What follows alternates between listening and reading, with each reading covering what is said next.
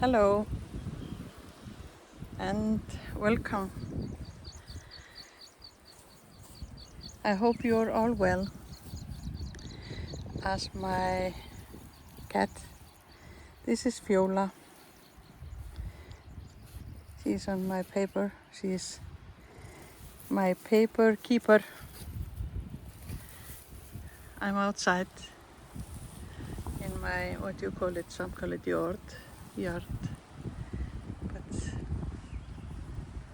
here near Iceland is my garden. But it's wild. It's a wild garden. This is below my house. And here we have our small mountain and some trees. We have planted some of these trees. Here is Icelandic tree, birki.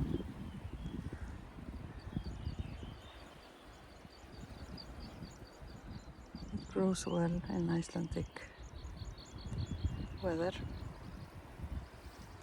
It's very beautiful, you see? And it's hot, like us here who live in this country. And Fiola is happy being here with me. So, welcome again. I hope you are well, that you're feeling good. It's not a given fact though, far from it. Today's topic is very important. And it is so extensive that after making 4 attempts to publish a video and always failing to do so, I decided to have the topic in 2 parts. So here comes the first one. I wish you had a lot of love and security in your childhood and of course in your adolescence, in your formative years and always since and still now. We have all to go through certain experiences, and whether they are mild or difficult and really test us, there is no magic wand that can sweep them away and make them disappear, so that they have no effect and do not leave a trace on the path that life leads us. When I started working with traumas, with sadness and my feelings, I realized that most help was to go inward, to work with my heart center. I connect heart and soul together. So, and this, what I say here is my opinion. And if you resonate with that, it's fine, it's fine. But if you don't, and don't want to listen to it, it's okay. It's your choice.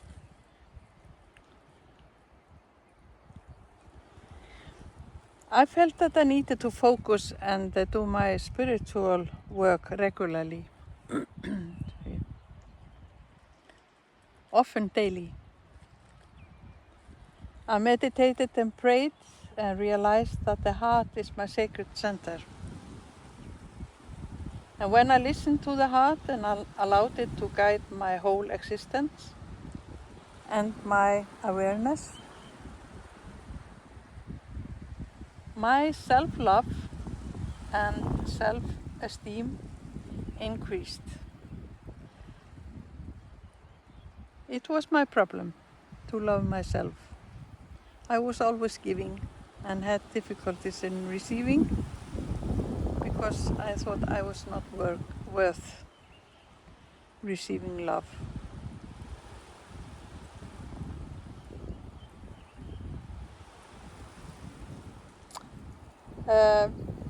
But the time came when I felt that I was no longer a victim of circumstances. I felt that the suffering didn't any longer have a hold on me. No longer mattered to me. It took some time to realize this.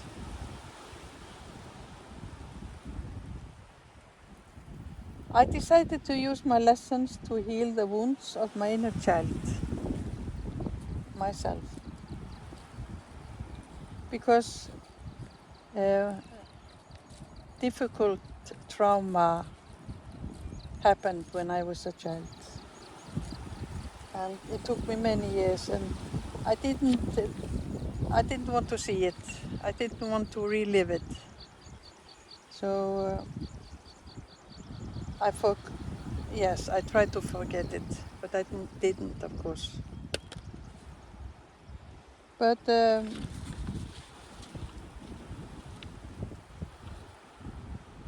I tried to heal the wounds, and then to prevent the wheel of life from spinning out of control, I had to choose to sit in the driver's seat and take the wheel, whether I control the device myself or some higher power, or we together.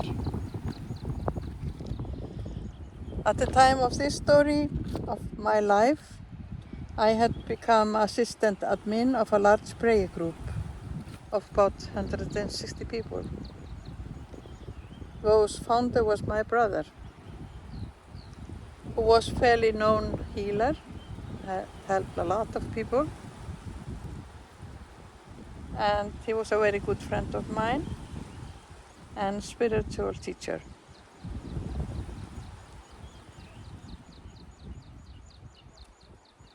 When he passed away just over 3 years ago, in December 2022,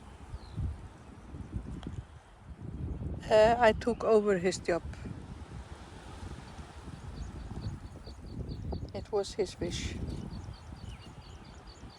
The prayers group is called Vonir. It's an Icelandic word for hopes. And the so-called closed group on Facebook. And applicants need to have approval of members to get in there. Sorry. The prayer group is sought by people who are with physical or mental illness or any kind of discomfort. I wonder why my brother named the group Hopes. But now, when I think about it, sometimes people who have even received the conclusion from medical science that nothing can be done to help in a situation send a request to the group of help. Then prayer is sometimes the last straw. People turn to higher power in the hope of a miracle, if we can call it that.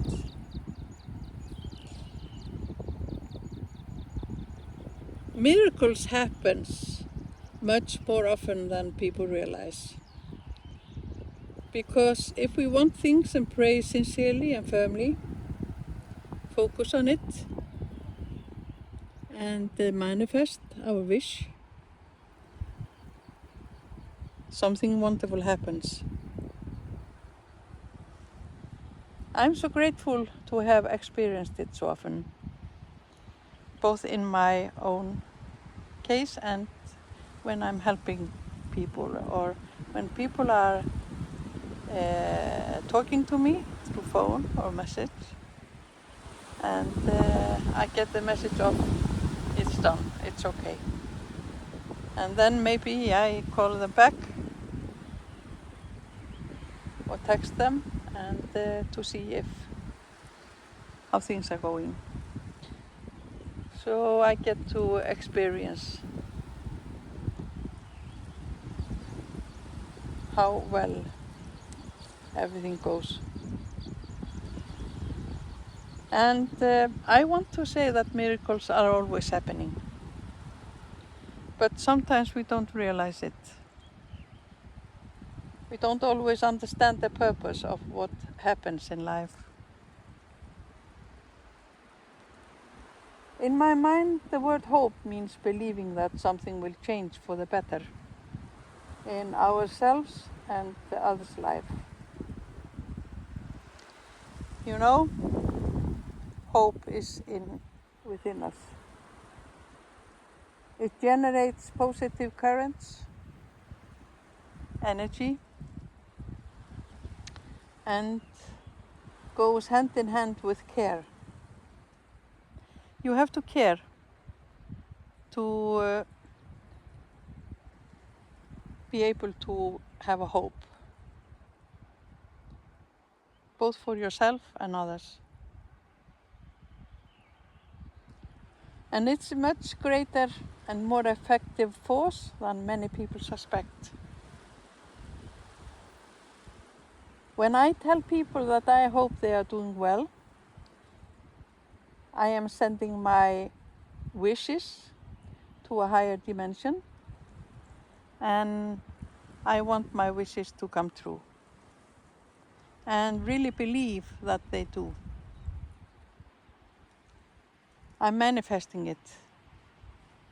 But of course it's God, it's the Almighty, the highest good of all, the energy of love and life, who decides everything. He has the final say, not me.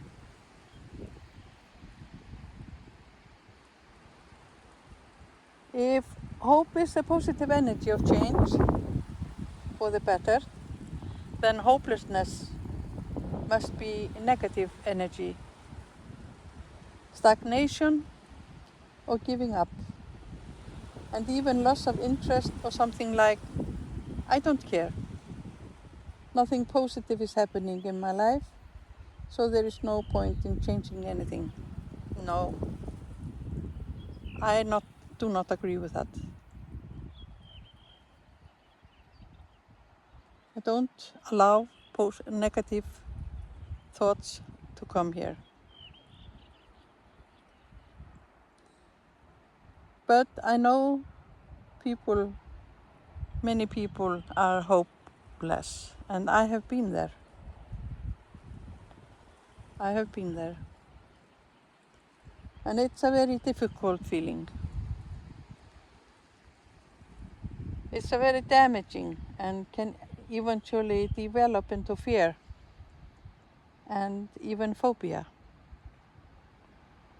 And it can have very bad consequences. About 8 years ago, or even more than that, I finally started to accept who I was and who I am. Yes, even since I was a little girl, I received information about unspoken events and all kinds of messages that I know now to be true. But then I blamed my imagination and daydreams for fooling me.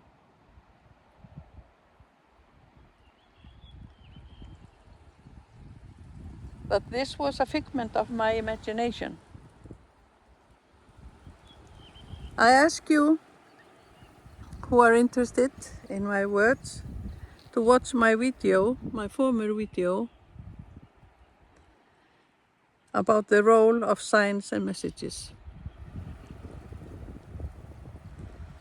I have strong connections to my guides and beings of higher realms, and get to see and experience so many wonderful things, but I also get to see the other side, the shadows, and the discomfort of souls in trouble. I have visited dimension lower than ours as a guest with protecting guidance. In order to experience and be in the light, we need to have experienced darkness. Otherwise, we will not see the difference and the learning will not take place.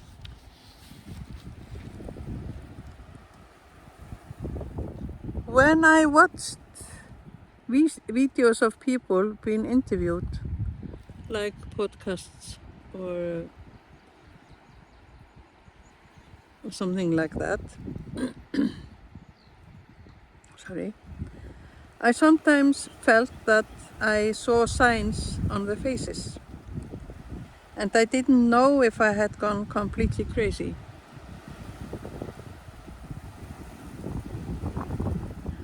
I decided to ask about this in my connection, and then I was told that this was reality.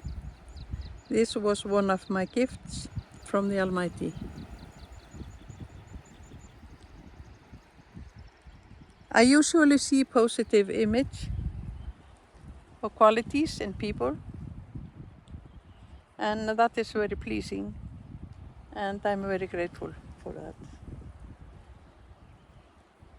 I know that there are so many good people here on this planet. But I want to tell you about an experience that took place about 2 years ago. Since the image has neither changed or disappeared from my mind,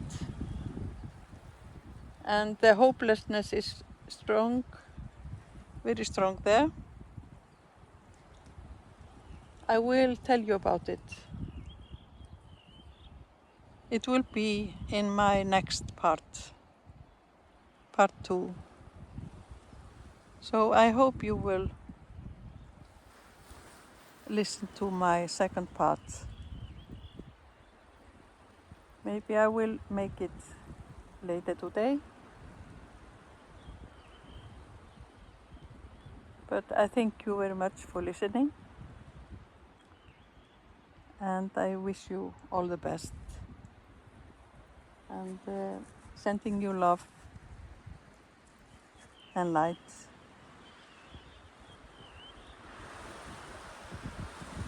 from Iceland.